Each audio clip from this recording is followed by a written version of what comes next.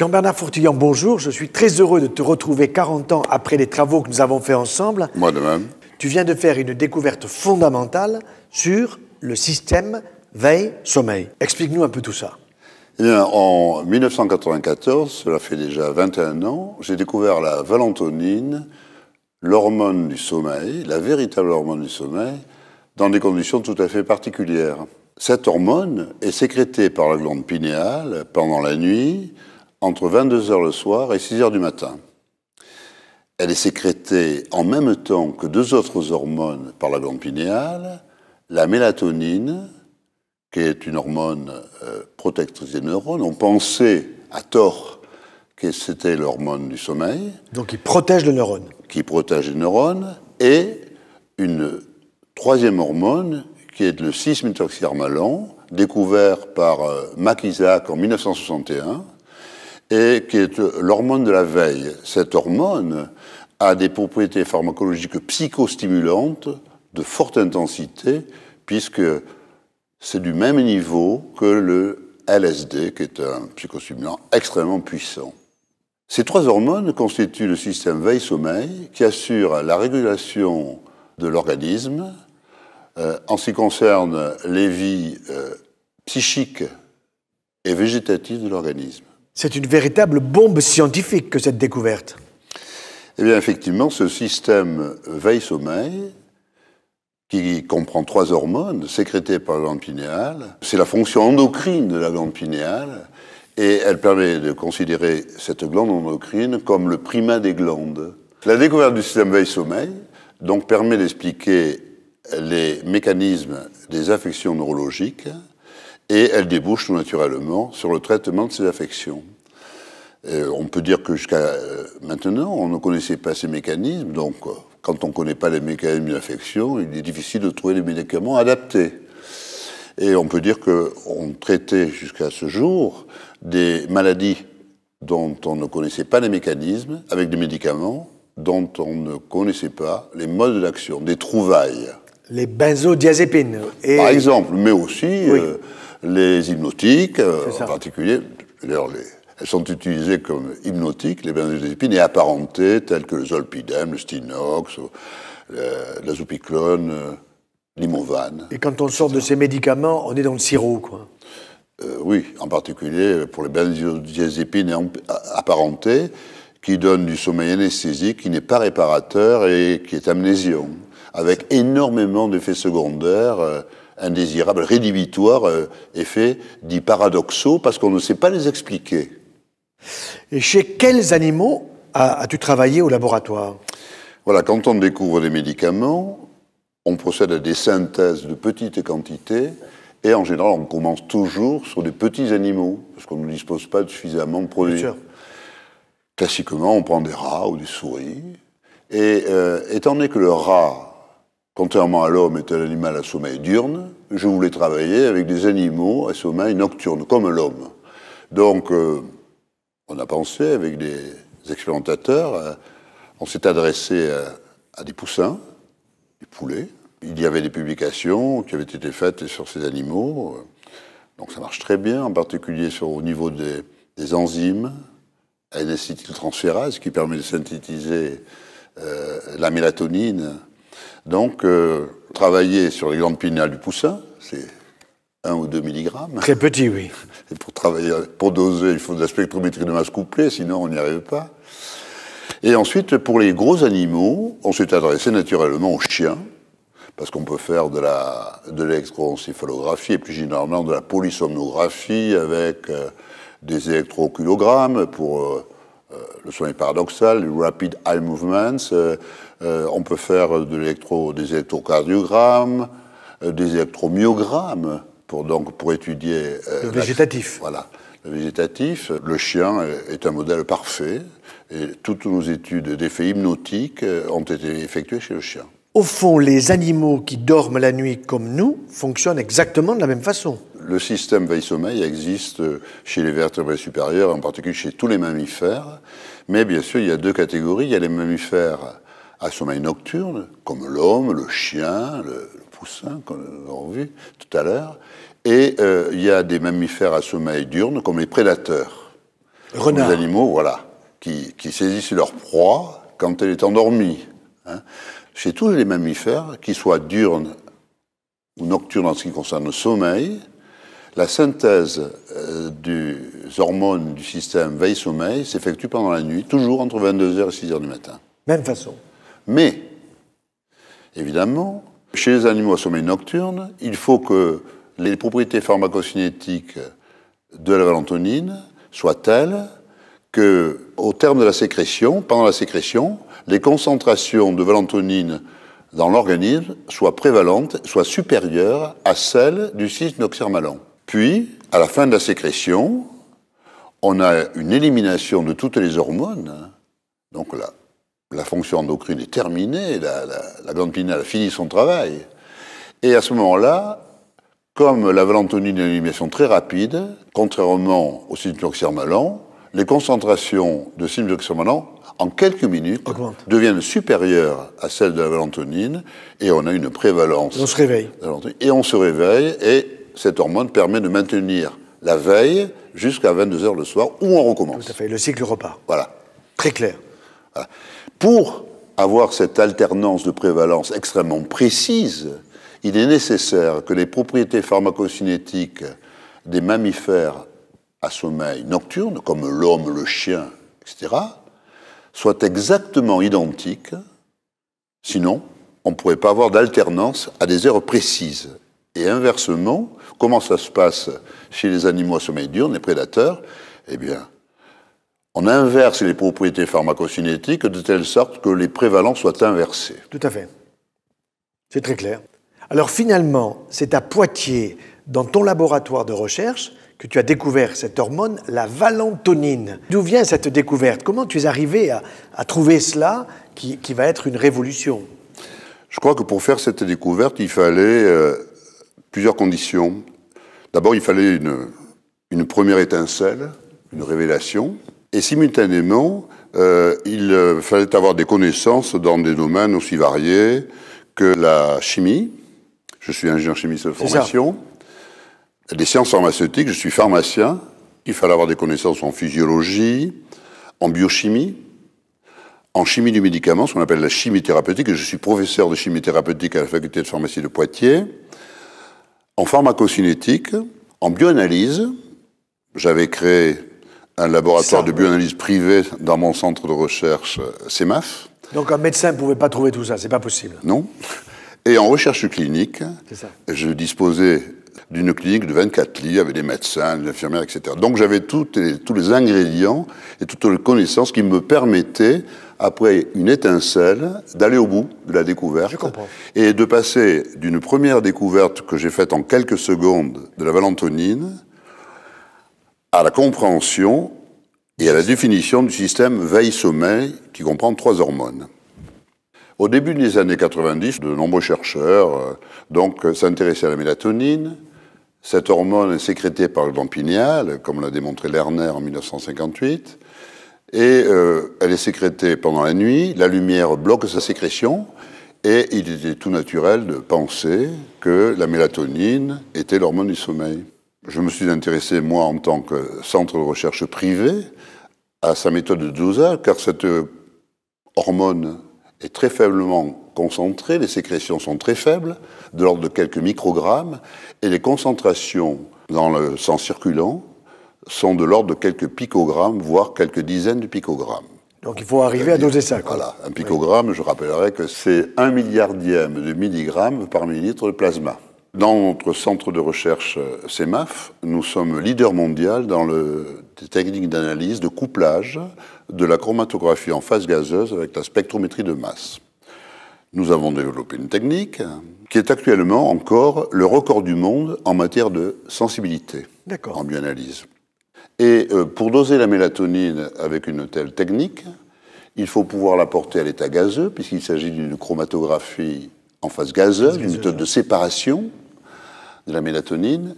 Et la mélatonine, à haute température, n'est pas volatile. Pour la porter à l'état gazeux, il faut la dérivatiser, c'est-à-dire la transformer en greffant des éléments chimiques tels que des groupes perfluoroacétyl. Compliqué, mais faisable. La technique que nous avons développée consiste à dérivatiser la mélatonine en utilisant l'anhydride de l'acide pentafluoropropionique, ce qui permet de fixer sur cet atome d'azote et le carbone voisin des groupes O, CO, C2F5. Il se passe une réaction extraordinaire, donc, puisque à la fin de la dérivatisation, une réaction chimique qui donne une structure tricyclique, qui est en réalité une bêta-carboline, et dans laquelle donc, nous avons un groupe ici, perfluoroacétyl. Et comme je savais que la mélatonine était obtenue par acétylation de la sérotonine, oui, sous l'action d'une enzyme, la N-acétyltransférase, qui permet de fixer un groupe acétyl sur l'atome d'azote, j'ai imaginé que dans l'organisme, évidemment, la mélatonine ne pouvait pas réagir avec des groupes perfluoroacétyl, mais que la réaction enzymatique continuait et qu'on avait une nouvelle acétylation sous l'action de N-acétyltransférase qui conduisait à la mélatonine. Avec la même enzyme. Avec la même enzyme. Et en effet, ce composé que nous voyons ici, le dérivé que l'on peut porter à l'état gazeux pour réaliser la chromatographie en phase gazeuse et la coupler à un spectre de masse, eh bien, c'est la valentonine dans lequel le COCH3 de la valentonine est remplacé par un groupe COCD5. Et j'ai imaginé ceci en quelques secondes et j'ai vu la molécule de valentonine. C'est ça. Au fond, cette hormone est fabriquée par la glande pinéale que nous avons, qui est au centre du cerveau. Elle n'est pas très loin, on l'appelle aussi épiphyse, et Descartes disait que c'était le centre de l'âme, mais régulation, veille, sommeil, tout ça est passionnant. Au fond, on trouve une véritable fonction à cette glande. Alors cette glande, comme on va le voir, c'est finalement le primat des glandes, parce que à 22h le soir, on peut dire que tout part de là. La régulation de l'organisme pendant 24 heures démarre à 22h le soir. Et la sécrétion des 3 hormones par la glande pinéale, c'est-à-dire le système veille-sommeil, donc s'arrête à 6h du matin, elle dure 8 heures, et à 6h du matin, on peut dire que la glande pinéale a fini son boulot. Et on peut la voir dans le cerveau ? Alors, on peut la voir dans le cerveau. C'est une petite glande donc endocrine qui est située à l'arrière du thalamus. Elle est proche, d'ailleurs, la glande endocrine la plus proche est l'hypophyse. L'hypophyse, oui, devant. Voilà, qui est située à l'avant de l'hypothalamus. Voilà. Et on remarquera la proximité de la glande pinéale avec les yeux et avec la rétine, dont les cellules perçoivent la lumière. Voilà. Et on va voir que finalement, c'est au terme d'une transduction photo-neuro-endocrine, c'est ça, qui fait intervenir les noyaux suprachiasmatiques et qui sont juste au-dessus du chiasme optique, ici. C'est ça, oui. Donc, c'est la véritable horloge biologique de l'organisme, le noyau suprachiasmatique. Elle rythme la vie de l'organisme pendant 24 heures en fonction du mode de vie et de l'environnement. Et le rythme imposé va être traduit ou converti par la glande pinéale en message hormonal endocrinien via la sécrétion de 3 hormones. C'est ce qu'on appelle la transduction photo-neuro-endocrine. C'est-à-dire, je ferme les yeux, c'est la nuit, je n'ai plus de lumière, je vais fabriquer cette valentonine, et en même temps, je m'aperçois qu'elle est très proche de l'hippocampe, qui est la zone de la mémoire. Tout ça se relie avec le système limbique, au fond. Hein. Oui, mais si on ferme les yeux, si tu fermes les yeux maintenant, oui. Tu ne vas pas avoir de sécrétion de mélatonine. Oui. En fait, les sécrétions donc, sont effectuées par la glande pinéale. On a pensé longtemps que la mélatonine pouvait influencer les rythmes biologiques. C'est totalement faux. Totalement faux, oui. La sécrétion de mélatonine et des 2 autres hormones, puisqu'elles sont toutes sécrétées simultanément, commence toujours à 22 heures. Il faut qu'il n'y ait pas de lumière, parce que la lumière bloque la sécrétion. Oui, c'est ça. Et elle dure 8 heures, quelle que soit la saison. Donc mon infirmière qui fait la nuit, qui bosse pendant la nuit avec l'éclairage nocturne, elle bloque sa valentonine et elle va la faire sécréter plutôt quand elle va se coucher le matin, je dirais, en fermant les yeux, quoi. Le noyau suprachiasmatique va adapter le rythme au mode de vie d'infirmière. Voilà. Effectivement, mais il va falloir un certain temps. Bien sûr. Parce que quand on a un décalage horaire, elle le dit elle-même, on peut récupérer 1 heure et 1h30 par jour. Hein. Oui. Et ce qui est intéressant, c'est qu'on a pensé longtemps que, comme l'hiver, les nuits étaient plus longues, oui. Eh bien, on pensait que la sécrétion de mélatonine était plus longue. Alors, on a dit les dépressions saisonnières sont dues à la plus longue sécrétion, à la quantité de mélatonine sécrétée plus longue, donc plus importante, alors qu'en réalité, c'est toujours, on l'a démontré, nous l'avons démontré en faisant des études au mois d'octobre, la sécrétion, quelle que soit la longueur de la nuit, quelle que soit la saison, a toujours lieu entre 22h et 6h du matin, pour des gens qui ont une vie normale. C'est ça. Pas pour les infirmières. Bien sûr, quand bien elles sûr. sont décalées, quand elles travaillent la nuit. Oui. Et ce qui est très intéressant, c'est de voir que c'est dans une zone de notre cerveau qui est assez profonde, donc très protégée. Très protégée. Ça veut dire que si on prend un coup sur la tête, on ne risque pas d'abîmer des glandes aussi importantes que la glande pinéale et même l'hypophyse. Et la glande pinéale, au fond, elle est au-dessus de l'hypophyse. C'est elle qui va réguler tout ça. Tu as dit que les 3 hormones étaient sécrétées simultanément. Simultanément. Ça veut dire ensemble, ce n'est pas l'une après l'autre. Simultanément, donc, entre 22h et 6h du matin, la sérotonine donc, provient du tryptophane. Ce n'est pas un métabolite. On pourrait penser que la mélatonine est un métabolites de la sérotonine. C'est faux. Les métabolites sont des produits d'élimination. Par exemple, la noradrénaline, donc, provient de la tyrosine, mais il y a un stade qui passe par la dopamine. C'est ça. Donc, à ce moment-là, on pourrait dire que la noradrénaline est un métabolite de la dopamine. C'est pas du tout ça. D'accord. Voilà. Donc, à partir de 22h le soir, sur le matin, il y a 3 acétylations en cascade, en chaîne, immédiates, qui se font. Première acétylation de la sérotonine qui donne la mélatonine, qui a un rôle neuroprotecteur, qui protège les neurones. Simultanément, acétylation de la mélatonine avec cyclisation qui donne le 6-méthylhexyl-malon. Qui prépare pour le réveil. Qui est un psychostimulant puissant, comme le LSD. Oui. Et ce qui est marrant, c'est que la 3e acétylation, ici, simplement en ajoutant ça sur l'azote, on a un produit qui a des effets inverses, qui fait dormir, qui donne le sommeil, qui diminue la vigilance. Je comprends.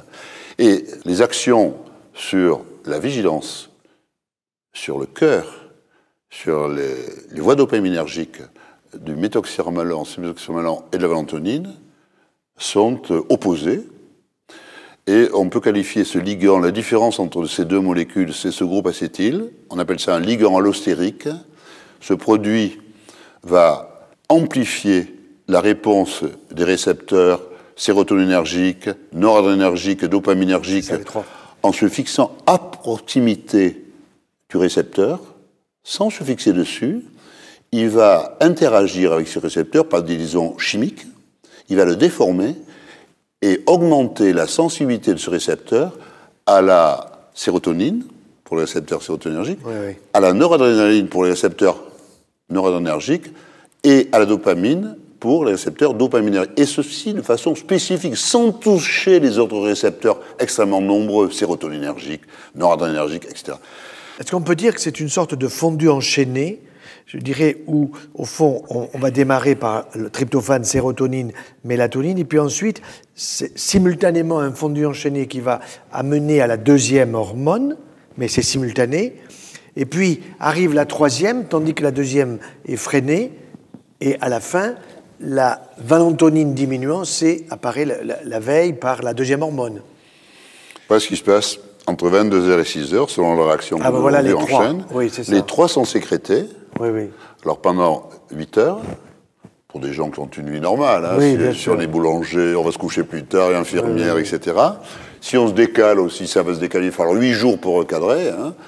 Et on voit ici la sécrétion de mélatonine, la sécrétion de valentonine et la sécrétion de 6-méthylhexyl-malon. On voit que c'est beaucoup plus faible ici, mais pour des raisons cinétiques, au niveau des récepteurs, c'est du même ordre de grandeur. D'accord. Et la nature est bien faite, car les propriétés pharmacocinétiques de ces 2 hormones sont telles qu'elles sont produites en même temps. Celle-ci a une demi-vie très courte, et un volume de distribution 10 fois plus élevé que la mélatonine, mais celle-ci a une vie beaucoup plus longue, ici 38 minutes, ici pour le cycloxamalan 2h30. D'accord. C'est une règle pharmacocinétique. L'atteinte du plateau est une fonction du nombre de demi-vies. Après, en 30 minutes, on monte très vite au plateau avec cette perfusion. Les concentrations sont en plateau lorsque la vitesse de sécrétion est égale à la vitesse d'élimination. Les entrées sont égales aux sorties. Et quand on a une vie courte, on arrive vite au plateau. Le cycloxamalan a une vie beaucoup plus longue, donc on n'est même pas au plateau à 6 heures du matin quand la sécrétion s'arrête. Mais quand la sécrétion s'arrête, la valentonine a une élimination très rapide et en quelques minutes, le cycloxamalan passe devant. Et il éveille les gens, il maintient la veille jusqu'à 22 heures le soir. Et le cycle est bouclé. Et ça recommence. Et ça recommence pendant 24 heures. Toujours à partir de 22 heures, c'est le primum movens. Voilà. Et la mélatonine, quand elle commence à chuter, elle devient quoi? Elle passe dans les urines? La mélatonine, elle s'élimine. Alors, les processus d'élimination, il y a le métabolisme, c'est l'essentiel. Oui. Elles sont transformées en hydroxymélatonine, qui sont glycuro- et sulfonoconjuguées. Et il y a une excrétion rénale extrêmement rapide pour ces produits. C'est ça. Voilà, ce sont des métabolites d'élimination. Quand on dit métabolite, c'est une élimination. C'est une élimination. Je comprends. Il me semble qu'on donnait de la mélatonine aux pilotes de ligne et aux hôtesses de l'air quand elles traversaient des méridiens. Est-ce que c'était pour les aider à dormir, puisque la mélatonine n'est pas l'hormone du sommeil, mais une hormone qui protège les neurones de l'oxydation? Effectivement, on a pensé jusqu'à maintenant qu'on ne connaissait qu'une hormone sécrétée par la glande pinéale, on ne connaissait pas les systèmes. On a pensé que la mélatonine était à l'origine, était responsable des rythmes biologiques. Alors qu'en réalité, ce sont les noyaux suprachiasmatiques qui sont la véritable horloge biologique de l'organisme. La mélatonine n'est que l'aiguille de l'horloge. Ah, c'est pas mal, l'aiguille de l'horloge. Et comme on pensait que la mélatonine, à tort, réglait les rythmes biologiques, on avait dit qu'on pouvait régler, en prenant de la mélatonine, les problèmes de décalage horaire, le jet lag, c'est ça.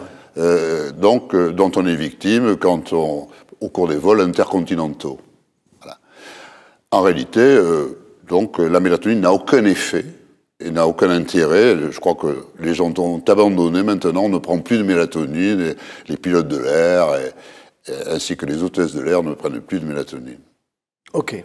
Ainsi, Jean-Bernard, la mélatonine n'est pas l'hormone du sommeil. Elle protège le neurone de son oxydation, du risque d'être abîmé.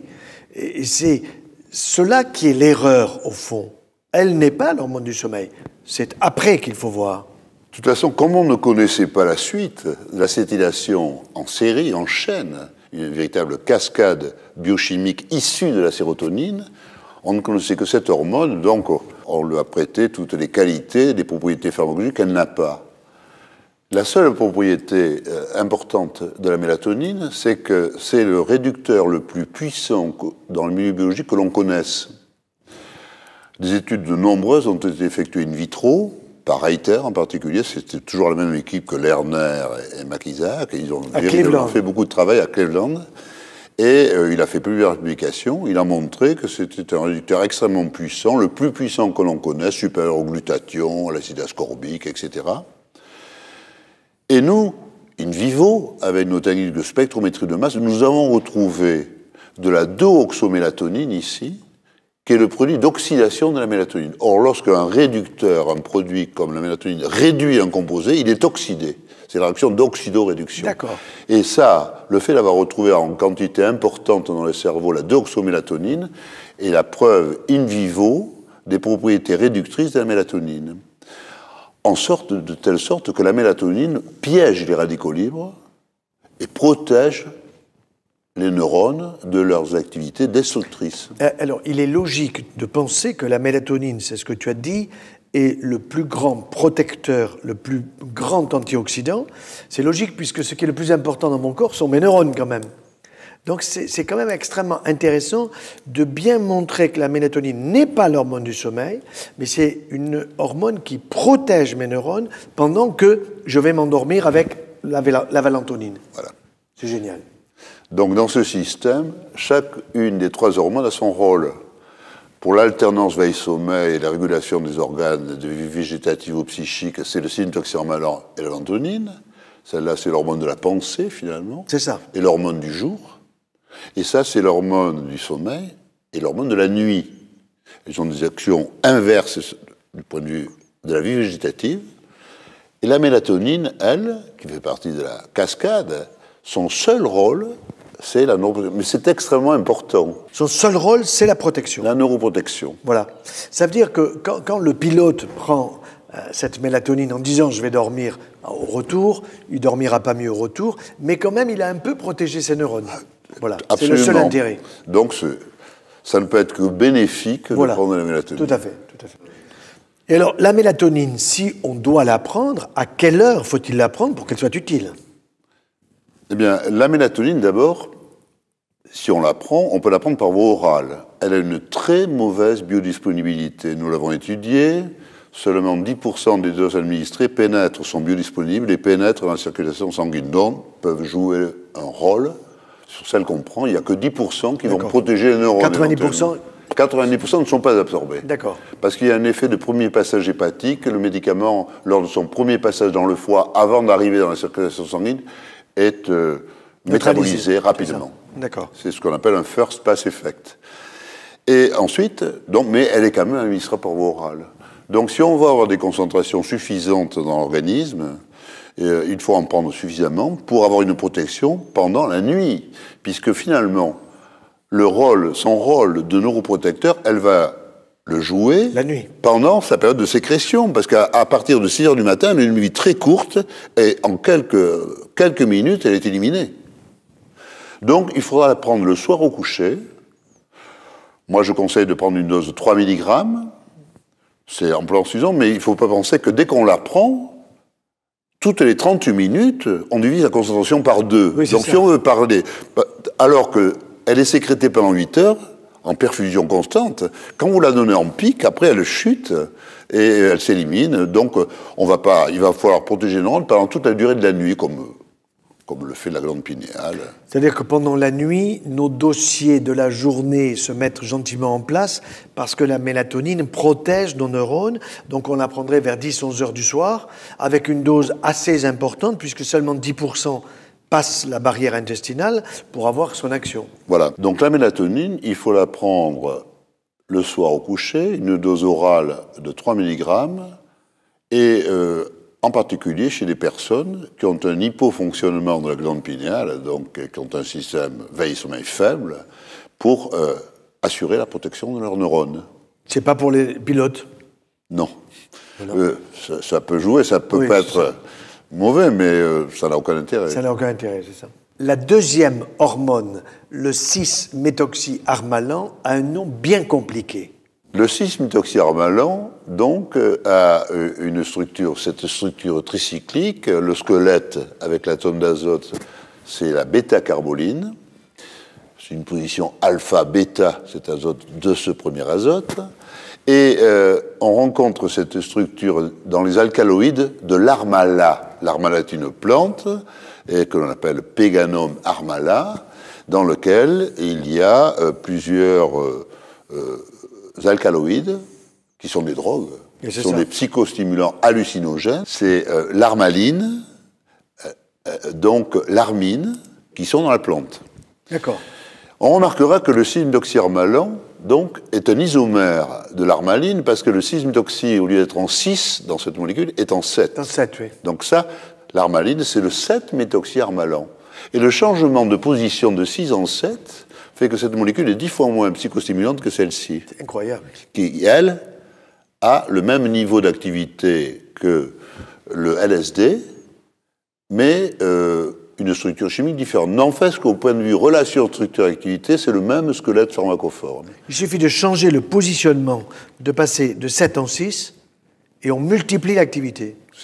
C'est très dangereux. Quand on modifie une petite molécule, on peut avoir des surprises extraordinaires. Et d'ailleurs, quand on ajoute à cette molécule le COCH3, on passe à l'hormone du sommeil. Oui. Alors, on a un nombre considérable de patients qui se plaignent de ne pas pouvoir s'endormir, de ne pas bien dormir. Alors, est-ce qu'ils ont dormi, est-ce qu'ils n'ont pas dormi? Mais il leur manque quelque chose, là. Voilà. Là, on va leur apporter le traitement, quoi. Voilà. Les troubles du sommeil, il y a les troubles du sommeil qui sont primaires, Oui. Par exemple, les gens qui ont des sécrétions de mélatonine faibles, ça a été démontré par une équipe d'Israéliens, par Tzizinski, et l'équipe de Lavie aussi, ils ont démontré que l'excrétion urinaire de mélatonine était d'autant plus faible que le degré d'insomnie était important. Voilà. Ça, c'était très net, et il est évident que dans ces cas d'insomnie primaire, si vous n'avez pas de sécrétion de mélatonine, c'est un marqueur, finalement, vous n'avez pas de sécrétion de mélatonine, et vous n'avez pas de sécrétion de trucs. Et si on veut traiter une insomnie, eh bien, il faudrait faire dormir, donc en donnant la mélatonine ou ses dérivés de synthèse, comme nous en avons fait 569, on va évidemment pallier au déficit de cette hormone, mais quand ils se réveilleront, les gens, ils n'auront pas l'hormone de la veille. Un trouble du sommeil, il faut le traiter comme un trouble du système veille-sommeil. Il faut administrer les deux hormones dans des proportions adéquates pour assurer la régulation harmonieuse de l'organisme. Parce que n'oublions pas que la mélatonine est l'hormone du sommeil, mais l'hormone qui règle la pression artérielle, la fréquence cardiaque... tout le végétatif. Le dopaminergie. Et à mon avis, toutes les autres glandes, je suis persuadé que toutes les autres glandes fonctionnent. On a démontré, nous, dans des expérimentations, que l'administration brutale de ciprofloxacin, on avait une explosion de la cortisolémie. Et on sait, par exemple, que dans les cours, le maximum de mélatonine correspond, dans les 24 heures, au minimum de cortisol. Et le maximum de ciprofloxacin à 8 heures du matin correspond au maximum de cortisol. Parce qu'on peut être stressé, voilà. Donc, c'est logique, c'est parfaitement logique. Voilà. Mais alors, c'est une révolution endocrino, petit trait logique. Tout à fait. Oui. Au fond, avec au sommet la glande pinéale, puis l'hypophyse, puis les testicules, les ovaires, les surrénales, etc. Moi, je crois que l'organisme est extrêmement complexe, mais on ne peut pas assurer, le jour et la nuit, nous sommes totalement différents, on ne peut pas assurer une régulation de l'organisme si on n'a pas un système régulateur au départ. Et tout part de ce système. À 22 heures, tout démarre. Tu pénètres le mystère de l'humain. Parce que c'était mystérieux jusqu'à présent. Ça, c'est assez fabuleux, quoi. Et bon, ça, c'est vraiment une des merveilles de la création, ce système veille-sommeil. Quand on étudie les mécanismes pharmacocinétiques, toutes les conditions qu'il faut, il faut que tout soit concordant. Et alors, chez le renard, par exemple, qui, lui, bosse la nuit et dort le jour, est-ce qu'on va trouver une inversion du cycle? Eh bien, alors, chez le renard et tous les animaux à sommeil diurne, comme les prédateurs, bien sûr, les lions, les chats même, ils ont toujours une sécrétion de la mélatonine et du système des trois hormones entre 22 heures et 6 heures du matin, mais il y a une inversion des pharmacocinétiques, de telle sorte que la nuit, on a une prévalence du ciprofloxacin, et le jour, on a une prévalence de l'hormone du sommeil. Et alors, on peut imaginer la synthèse de la mélatonine pour pouvoir donner ça à des patients dans un avenir assez proche? C'est très facile à synthétiser, et quand ce sera un médicament, ce sera un médicament de très bon marché. Oui. Voilà. À ce sujet, bien sûr, nous avons synthétisé, quand j'ai découvert la mélatonine, tout de suite, je savais que j'avais l'hormone du sommeil, on a vérifié, on l'a synthétisé très facilement, en quelques jours, avec des amis chimistes. On l'a fait tester et on a démontré effectivement qu'elle donnait du sommeil physiologique, alors que les autres produits hypnotiques sur le marché, tels que les benzodiazépines et les médicaments apparentés, Zolpidem, Stinox, etc., donnent du sommeil anesthésique, qui n'est pas du tout réparateur. Dont on sort fatigué. Et qui donne de l'amnésie. Les malades que nous opérons. Qui donne de l'amnésie, oui, car on va voir que quand on fait de l'électroencéphalographie, on s'aperçoit qu'avec ces composés, les benzodiazépiniques en général, on effondre le sommeil paradoxal. Et c'est le sommeil de la mémoire. C'est ça, oui. Voilà. Et le sommeil physiologique, il y a beaucoup de sommeil profond, lent, qui est un sommeil réparateur, alors qu'avec les benzodiazépines et apparentés, on a en majorité du sommeil léger, non réparateur. C'est un sommeil imposé par la drogue, au fond. D'ailleurs, quand on est anesthésié, au réveil d'anesthésie, on est fatigué. On est dans le sirop, oui, bien sûr. Voilà. Tout à fait, tout à fait. Et on a souvent oublié ce qui s'était passé avant. Oui, exactement. Oui. Et alors, au fond, le tryptophane est un acide aminé essentiel. Et lui aussi reste très important à être présent dans notre alimentation. Je sais qu'on en a un petit peu dans le vin de Bordeaux, mais on en a aussi dans pas mal d'autres aliments. Ce qui veut dire que toute cette chaîne biochimique, ces différentes cascades qui à la fois se suivent et sont simultanées, ça y est, ça nous permet de comprendre exactement ce qui se passe sur le plan de la biochimie et de l'utiliser en médecine. Le tryptophane, effectivement, c'est un des 20 acides aminés essentiels. Oui. Ce qui est intéressant d'ailleurs, mais on pourra en parler, c'est qu'il y a deux acides aminés qui interviennent dans la synthèse des hormones du système veille-sommeil. Il y a le tryptophane, oui, qui est l'acide aminé essentiel. La sérotonine est fabriquée dans la glande pinéale parce que la sérotonine, on dit que c'est une hormone. Ça ne peut pas être une hormone, parce qu'une hormone, ça doit pouvoir circuler dans la circulation sanguine.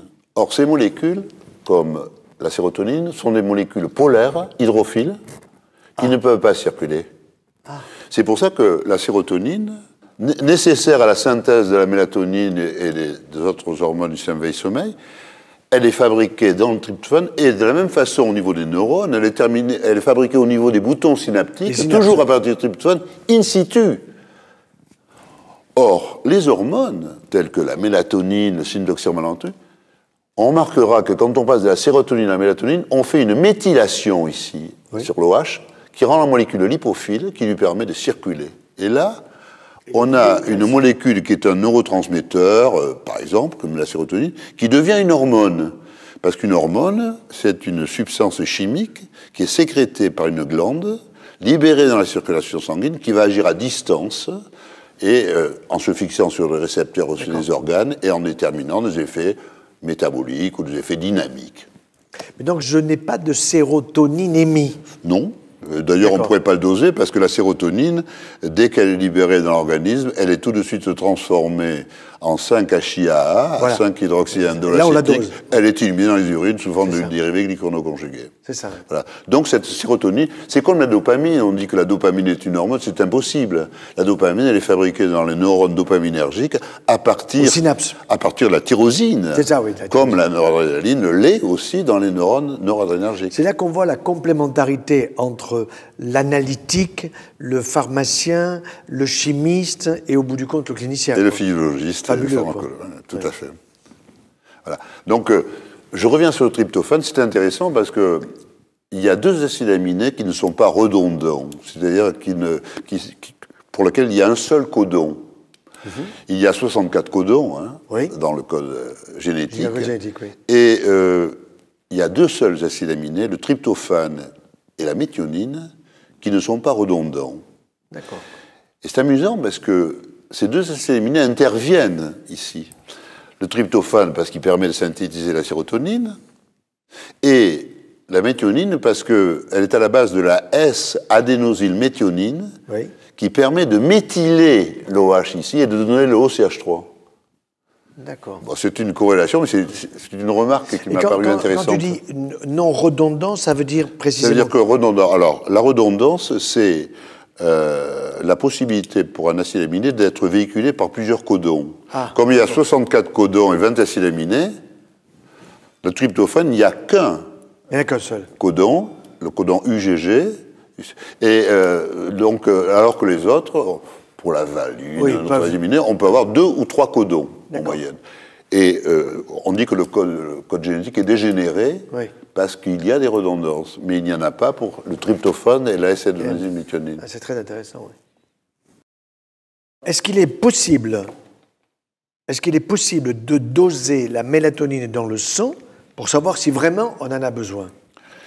D'abord, sur le plan technique, on peut la doser, puisque nous avons des techniques de chromatographie en phase gazeuse couplées à la spectrométrie de masse. C'est une technique très délicate, mais nous envisageons, bien sûr, nous avons développé une méthode automatisable de couplage de la chromatographie liquide haute performance avec la spectrométrie de masse. Et on arrive pratiquement aux mêmes sensibilités, on arrive à doser 0,5 picogrammes par millilitre. D'accord. C'est une technique que l'on a l'intention de répandre dans tous les laboratoires d'analyse médicale. Car, comme nous l'avons vu tout à l'heure, la mélatonine, dans cette cascade biochimique, est un marqueur des autres hormones.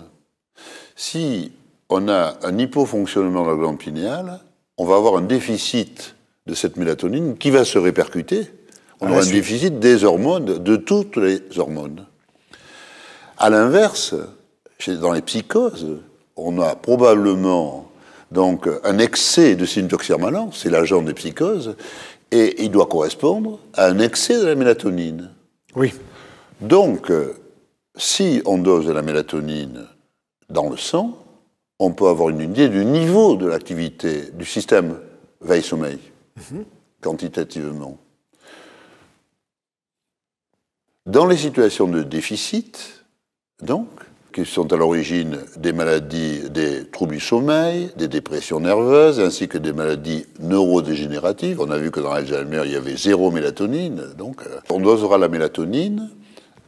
Il faudra la doser à 1h du matin, car, comme on peut le voir sur ces courbes, par exemple, à 22h, ça commence. Donc, 1h du matin, on suit la mélatonine et on voit que vers 1h du matin, on a atteint le plateau. Être au sommet, oui. Voilà. Si on la dose à 22h ou 23h, on aura très peu. On n'aura aucune idée du truc. Tandis que là, elle est en plateau, donc on a une idée. Alors là, il y a des différences considérables entre les sujets. Nous ne sommes pas égaux, puisqu'on a vu que même chez les volontaires sains, on avait pris des sujets jeunes, en bonne santé, des sujets âgés. Ça variait, les plateaux variaient de 10 picogrammes par millilitre à 120 picogrammes par millilitre. Ah oui. Et ce qui était le plus marrant, c'est qu'avec l'âge, ça baissait en moyenne, oui. Mais dans nos études, c'était un sujet âgé qui avait le minimum, mais c'était également un sujet âgé qui avait le maximum, il avait 120 picos par millilitre. Donc nous sommes inégaux. Et à quelle heure il avait ces taux? On va le voir ici. Voilà, les sujets jeunes et âgés. Nous avons ici des cinétiques des sécrétions pinéales que nous avons réalisées par spectrométrie de masse. On a prélevé chez des sujets pendant 24 heures la mélatonine. Dans le sang. Voilà. On s'est aperçu que chez tous les sujets jeunes ou âgés, quelle que soit la saison, là c'était au mois de mai, là c'était au mois d'octobre, les longueurs de la nuit, là il y avait 8 heures pile, donc, et là il y avait 8 heures, alors qu'on avait 13,5 heures de nuit. Et on s'aperçoit qu'il y a des écarts considérables. Là, c'est chez le sujet volontaire 5, qui avait 25 ans en moyenne. On va de 19 picots par ml à 93,7 picots par ml. Et là, chez les sujets âgés, c'est encore pire, puisqu'il y en a un facteur 13. On voit que chez un sujet âgé, en moyenne, avec l'âge, la sécrétion de mélatonine baisse, mais bien que, logiquement, il est logique qu'on ait le minimum chez un sujet âgé, mais le maximum, le record à la hausse, était observé chez un sujet de 70 ans. Est-ce que celui-là dormait plus que les autres? Parce que tous les points bleus, ce sont des sujets. C'est des sujets. Donc, apparemment, aucun n'avait de problème de sommeil. D'accord. Donc des gens normaux, quoi. Des gens normaux. C'est ça. C'est des volontaires sains, donc pas de problème de sommeil. Alors, il y a un facteur 13, donc on peut penser qu'il y a des facteurs de 1 à 100, ça peut aller de 1 à 100 chez les sujets. Au fond, quelle différence fais-tu entre l'éveil et la veille? L'éveil, c'est le passage de l'état de sommeil à l'état de veille. L'état de sommeil survient quand la vigilance tombe en dessous d'un certain niveau que l'on peut qualifier de barrière du sommeil. C'est ça. Le passage de l'état de veille à l'état de sommeil. Et l'éveil, c'est le passage de l'état de sommeil à l'état de veille. Ces deux périodes, au cours de ces deux périodes, on peut penser que c'est la prévalence, lorsque la valentonine est prévalente dans l'organisme, la nuit, prévalente parce que ses concentrations sont supérieures à celles de l'hormone de la veille, normalement, cette hormone permet de maintenir la vigilance en dessous de la barrière du sommeil en fin de nuit, en fin de sécrétion, à 6 heures du matin. Eh bien, les concentrations de syntoxirmalan deviennent rapidement supérieures. On a une prévalence du syntoxirmalan qui augmente le niveau de la vigilance. Et on passe du sommeil à la veille. D'accord. Et ceci jusqu'à 22 heures le soir. Donc le point clé, c'est la barrière du sommeil. Voilà. C'est clair. Mais on remarquera que dès que 6 heures du matin, on a beaucoup d'hormones de la veille, mais le soir, on n'a presque plus. Oui, on est fatigué. Oui. On n'a plus de tonus. On a besoin de dormir. Voilà. Alors, le problème, c'est que quand on ne dort pas, bien sûr, on répare pas l'organisme, mais quand on ne dort pas, on ne fabrique pas non plus l'hormone de la veille. Oui, oui, oui, oui. Et le jour, on est encore plus fatigué que normalement. C'est ça, oui. Parce qu'on n'a pas fabriqué la nuit précédente l'hormone de la veille. Donc le sommeil réparateur, ce sont vraiment deux mots qui vont ensemble. Tout à fait. Sommeil physiologique et réparateur. Absolument. Au fond, le tryptophane est un acide aminé d'une extrême importance, puisque c'est à partir de lui que va commencer la formation de la sérotonine et la suite. Effectivement, le tryptophane fait partie des 20 acides aminés. C'est un acide aminé essentiel. Et il est le précurseur de la sérotonine, non seulement dans la glande pinéale. La sérotonine, donc, est produite, se forme à partir du tryptophane à la suite de 2 réactions enzymatiques. Et ensuite, la sérotonine va donner, au terme de 3 acétylations successives, va donner ces 3 hormones du système veille-sommeil qui constituent la cascade biochimique dont nous avons parlé. Et le tryptophane est également le précurseur de la sérotonine dans les boutons synaptiques au niveau des neurones sérotoninergiques. La jonction entre les neurones, c'est ça. Il ne peut pas circuler dans l'organisme, donc il est fabriqué in situ dans la glande pinéale et dans les neurones, là où il agit comme un neurotransmetteur. Et la dopamine, dans ce vaste système hormonal, où se situe-t-elle? La dopamine, donc, est un neurotransmetteur au niveau des neurones dopaminergiques. L'activation ou le blocage des récepteurs dopaminergiques conduit soit à une relaxation musculaire par activation, c'est ainsi que la valentonine entraîne une relaxation musculaire la nuit, et l'antagonisme des récepteurs dopaminergiques par blocage, réalisé par le 6-méthoxyrmalan pendant la journée, est responsable d'une augmentation de la contraction musculaire. Donc pendant l'éveil, nous sommes contractés, effectivement, les muscles fonctionnent, et pendant le sommeil, nous avons une décontraction et en même temps une baisse de la tension artérielle. Un relâchement musculaire complet. C'est ça. Voilà. On a pensé que la dopamine était l'agent des psychoses. C'est une erreur qui est due à l'interprétation de l'action, de l'efficacité de la chlorpromazine, le largactyle, c'est ça, dans les psychoses. Ce produit a été découvert par hasard. C'est une trouvaille, en fait. On a remplacé, en fait, la camisole physique par une camisole chimique. C'est des véritables zombies, les gens. Et comme le largactyle avait, en pharmacologie, chez les animaux, une action antidopaminergique, on a pensé que les psychoses étaient dues à un excès de la dopamine. En fait, c'est tout le contraire, puisque nous savons que c'est le 6-méthoxyrmalan qui est l'agent des psychoses, et justement, le largactyle a également des propriétés anti-noradrénergiques qui empêchent la synthèse du système veille-sommeil excédentaire chez les psychotiques à la suite de l'action du largactyle.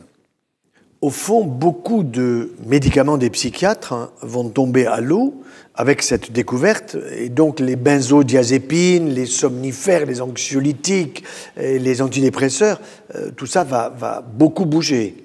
Voilà. Alors, ce qui va le plus bouger, à mon avis, ce sont les benzodiazépines qui sont utilisées en tant qu'anxiolytiques et en tant qu'hypnotiques. Je pense que quand on sait que les benzodiazépines ont été découvertes par hasard, à la suite d'une fausse réaction dans la chimie des colorants dérivés de la quinazoline, qui a conduit, par hasard, par une fausse réaction, au Librium. Et on l'a essayé par conscience professionnelle chez le rat, il a manifesté des propriétés anxiolytiques.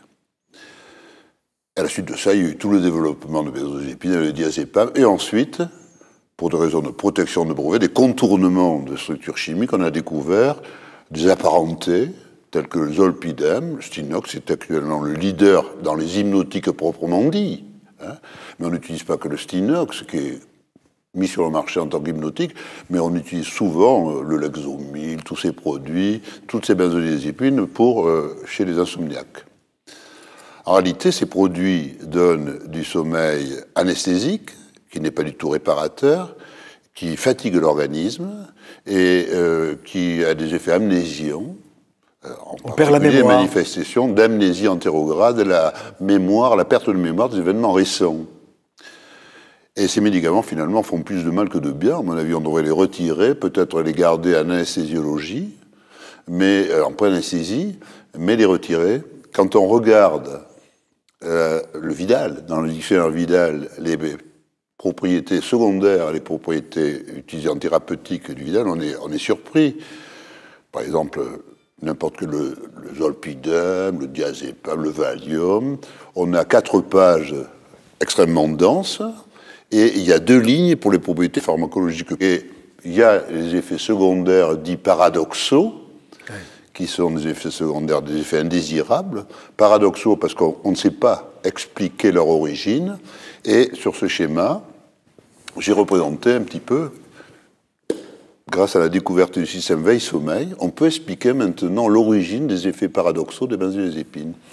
Alors on sait depuis longtemps que l'effet anxiolytique des benzodiazépines est dû à leur action GABAergique sur les neurones GABA. On voit effectivement que les benzodiazépines donc, ont une action allostérique sur les récepteurs donc, des neurones GABAergiques. Ils déforment les récepteurs GABAergiques et les rendent plus sensibles au GABA, à leurs neurotransmetteurs, c'est-à-dire qu'ils amplifient le signal. Et dans ces conditions, ils diminuent la vigilance. Mais ils ont aussi des effets secondaires gênants, parce que là aussi, ils diminuent la contraction musculaire, ils entraînent une réaction musculaire. Avec les personnes âgées ont des problèmes de faiblesse musculaire, ce qui est à l'origine, elles tombent. Fracture du col du fémur. Fracture du col du fémur, c'est la cause. Ça nourrit les orthopédistes. C'est dû, et tous les gériatres se plaignent de ces effets délétères des benzodiazépines.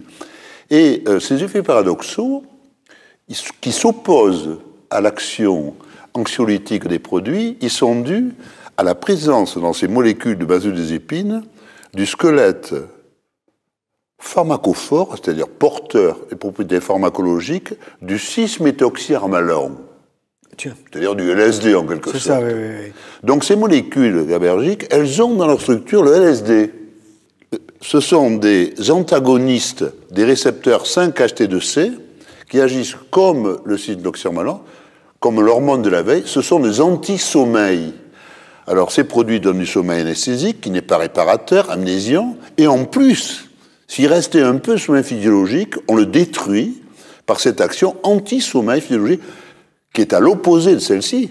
C'est l'origine des effets paradoxaux indésirables qui s'expliquent parfaitement dans le cadre des relations structure-activité que l'on voit.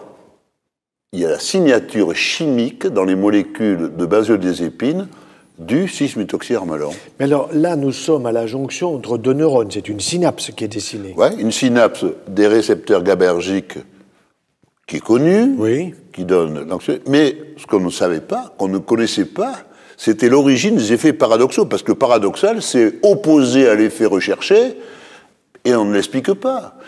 Par exemple, quand on regarde au Vidal tous ces produits, l'effet pour un hypnotique tel que le zolpidem, Stinox, quand on regarde les effets paradoxaux, les effets indésirables les plus importants, la première ligne, les 2 premières citations, pour un hypnotique, un médicament dit hypnotique, l'effet secondaire le plus important, c'est insomnie importante.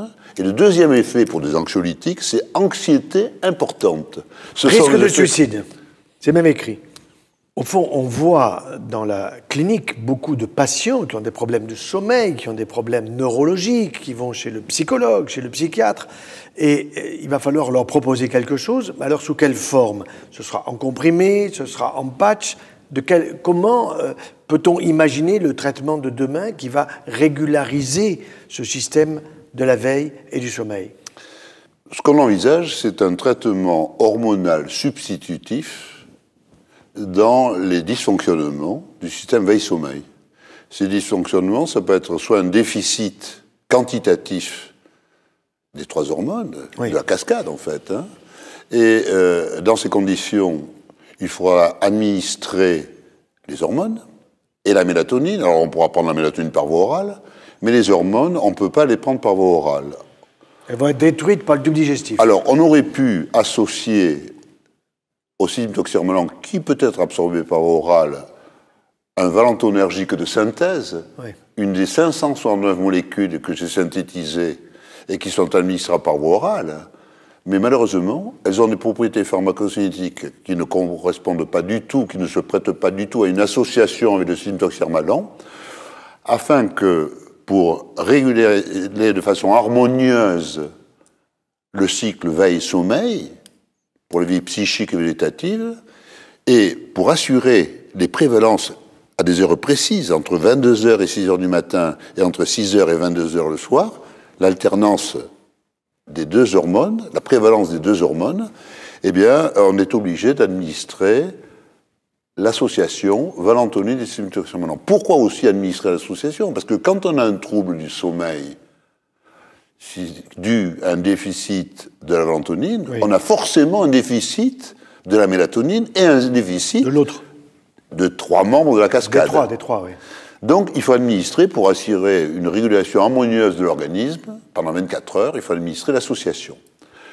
Comme on est obligé, pour des raisons cinétiques, d'associer la valentonine au système toxermalant et qu'elle n'est pas administrable par voie orale, on va donner le produit en patch. Et il existe aujourd'hui des patchs à 2 réservoirs. On va donner, effectivement, les 2 hormones dans des proportions de 4 pour 1, avec 4 fois plus de valentonine que de système toxermalant, pour assurer les prévalences, comme ça doit être dans l'organisme. On cherche à régler le sommeil, voilà. Voilà. C'est logique. Et on administrera, dans les cas de déficit du fonctionnement, de la fonction endocrine, glande pinéale, la plupart des maladies, les troubles du sommeil, dépression nerveuse, maladie de Parkinson, Alzheimer, etc., on administrera le patch le soir au coucher, en se couchant, et on le sortira le matin au réveil. D'ailleurs, ceci dit, pour le décalage horaire, ça sera très bien. On arrivera dans un pays où on est décalé, on veut dormir, on se met le patch, et on le sort au matin. On ne souffrira pas du tout du décalage horaire. Voilà. Pour les maladies comme les psychoses, où on a un excès de mélatonine et un excès du système veille-sommeil, au point de vue quantitatif, évidemment, on ne peut pas arrêter, freiner la sécrétion de mélatonine. Alors, ces sujets dorment très bien la nuit. Oui. Ils dorment très bien parce qu'ils ont beaucoup d'hormones du sommeil. Mais le matin, quand ils se réveillent, quand la mélatonine s'élimine, ils sont hors normes mentaux. Ils ont des hallucinations, etc. Jusqu'à maintenant, on les matraquait, finalement, avec les neuroleptiques. Et parce que les neuroleptiques, ça a des actions antidopaminergiques, oui, non spécifiques. Parce que nous, ces hormones ont des actions spécifiques sur des récepteurs donnés, mais pas sur les autres. Et ensuite, ces hormones, on les donnera la nuit pendant 24 heures, au moment où la glande pinéale fonctionne, c'est-à-dire pendant 8 heures. De 6 heures du matin à 22 heures le soir, la glande pinéale, c'est terminé, elle a fait son travail, elle le recommence à 22 heures. Oui, oui. Donc c'est bien un traitement hormonal substitutif, dans la mesure où la glande pinéale fonctionne insuffisamment. C'est comme si on plaçait en patch une glande pinéale. Tout à fait. Et dans le cas des psychoses, comme on ne peut pas, évidemment, diminuer le système, eh bien, il y a trop de valentonine. On dort, c'est pas gênant, mais il y a trop de 6-MH. On va administrera un patch à un seul réservoir chargé en valentonine. Cette valentonine déplaçant sur la base d'une compétition au niveau du récepteur l'excès de 6-MH sur le récepteur. Et on va les rendre normaux. Je comprends. Sans le moindre effet secondaire. On espère. Donc on tient le traitement de pathologies neuropsychiatriques importantes. Je pense que ça va changer la vie des malades psychotiques. Au fond, Jean-Bernard Fourtillon, cette découverte va modifier d'une manière extrêmement importante notre vision de toutes ces pathologies neurologiques, neuropsychiatriques, qui touchent le problème du sommeil, qui touchent le problème du Parkinson, les maladies neurodégénératives, l'Alzheimer, et même certaines pathologies que nous pouvons avoir dans le cadre de notre système végétatif qui ne va pas bien, avec la tension artérielle qui monte ou qui descend d'une manière excessive. Et en même temps, on est en train de se rendre compte, par cette découverte qui est une véritable bombe scientifique, que la glande pinéale, c'est le primat des glandes. On disait que l'hypophyse était très importante, mais la glande pinéale est au-dessus. Elle est prioritaire, primat des glandes, j'aime bien cette expression, et ça montre bien que les étudiants en médecine, les médecins, vont pouvoir enfin comprendre le fonctionnement de ces pathologies et proposer aux patients des choses extrêmement simples, un patch au moment d'aller s'endormir, dans la mesure où il y aura eu une baisse trop importante des troubles du sommeil, etc. Donc c'est vraiment une révolution qui est en train d'arriver grâce à cette découverte à Poitiers, dans un laboratoire de chimie, par un professeur de pharmacie, de chimie analytique, qui est en même temps dans tout le domaine de la pharmacocinétique. Donc, et on comprend pourquoi cette découverte ne pouvait pas être réalisée, je dirais, par un chercheur lambda dans les laboratoires de recherche. Donc c'est vraiment une révolution, une bombe scientifique qui est absolument extraordinaire et qui nous donne, au fond, une réponse à certains mystères du fonctionnement de l'humain dans cette régulation de sommeil et de l'éveil, et qui vont nous permettre de sauver énormément de gens, jusqu'à peut-être des gens qui sont dans des états dépressifs extrêmement profonds, qui peuvent avoir même de désirs suicidaires. Eh bien tout ça, on va pouvoir le régler d'une manière biologique. Notre horloge du sommeil et de la veille va enfin, parce qu'elle est comprise, être régulée.